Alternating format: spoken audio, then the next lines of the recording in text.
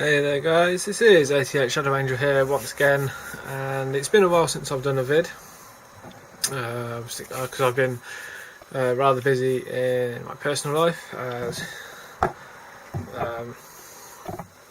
me and my partner are expecting our first child I should say, so a lot of things have been coming up.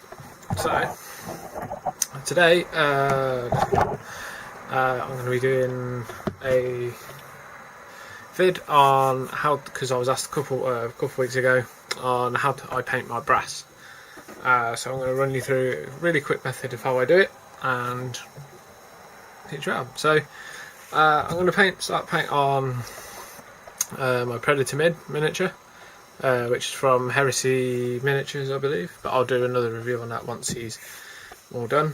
And we're going to start with Wartlock Bronze from GW, and be back in a minute once I've applied and I'll show you how it goes.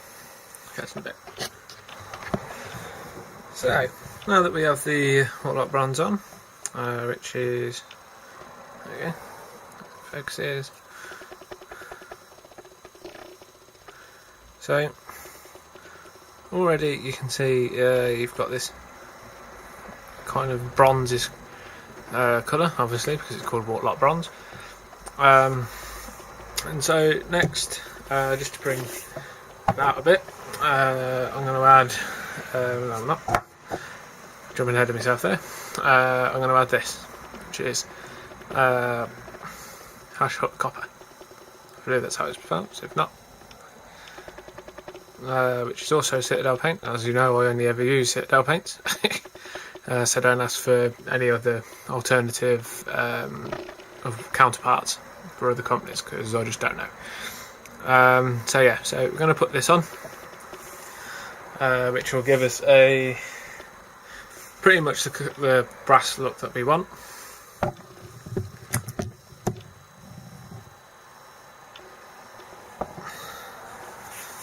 And yeah, I shall be back in it. Right, so this is what it should look like once you've applied that. So you want a fairly decent coat over it, but obviously leaving so you can still see some of the Wartlock Bronze underneath in some of the crevices and everything else. So from here, now that that's done with, you want to get just a bit of this, which is Gadriel's Gold, or however the bloody how you pronounce that.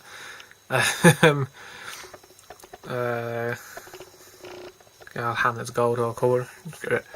Now you don't want to put this on too thick. You want to use it pretty much as a highlighting colour, so the very highest points of whatever, or sharp edges and things like that. And yeah, so this will basically just be the final bit. So I'll be back in a bit and I'll show you what it looks like when it's done. So then guys, so now that that's the Gehenna's Gold has now been put on, this is what you'll end up with, or something similar. So as you can see, it's not like a massive difference, but it just picks out the edges and things like that.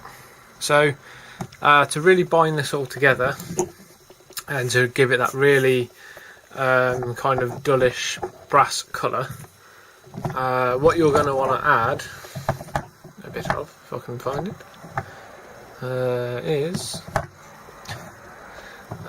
basically Nuln Oil once I find it, and that's basically it. It's a really nice simple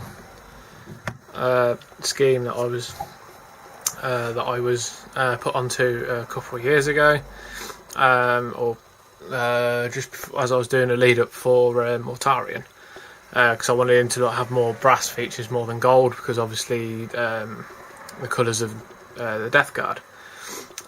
So yeah, so here we go. So I'm going to put this on and I'm going to let it dry for a bit, and then I'll come back and show you the finished look that it that it comes out as, and things like that. So, and then I can talk a bit about I suppose things you can do and bits you can add and things like that. So, catch you in a bit, guys.